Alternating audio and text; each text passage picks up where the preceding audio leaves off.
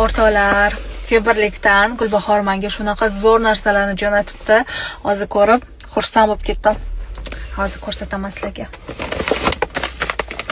Qaranglar, detoks choylari. Oysanam buni effekti juda ham zo'r. Sizga tavsiya qilaman, ichib ko'ring, keyin fikrlaringizni bildirasiz deb jo'natibdilar Gulbahor. Men odatda o'zim muntazam ravishda detoks choylardan ichib yuraman.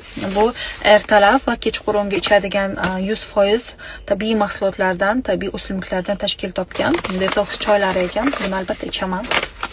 Chunki organizmni muntazam ravishda tozalab yuraman men. Har doim detoks choylar ichib yuraman.